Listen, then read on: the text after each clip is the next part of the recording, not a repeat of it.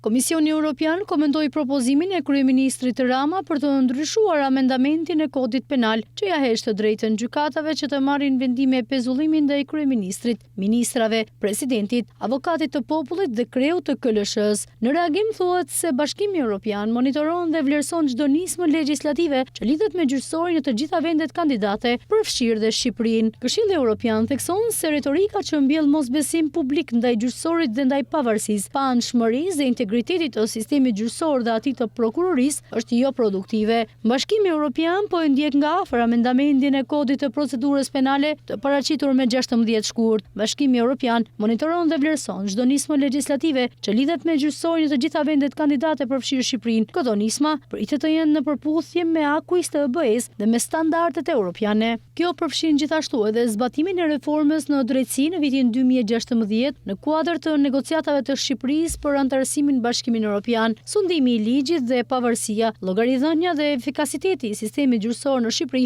janë elemente themelore të procesit të zgjerimit të BE-s. Retorika që mbjell mosbesim publik ndaj gjyqësorit dhe ndaj pavarësisë, paanshmërisë dhe integritetit të sistemit gjyqësor dhe atij të prokurorisë është jo produktive, siç është theksuar edhe më parë. Është përgjegjësia e Kuvendit të Shqipërisë që të trajtojë pa vonesa kërkesat për heqjen e imunitetit të anëtarëve të tij. Lufta efektive kundër korrupsionit është me rëndësi thelbësore për përparimin e Shqipërisë drejt antarësimit të Bashkimit Evropian, reagon dhe përfundon Këshilli i Evropës.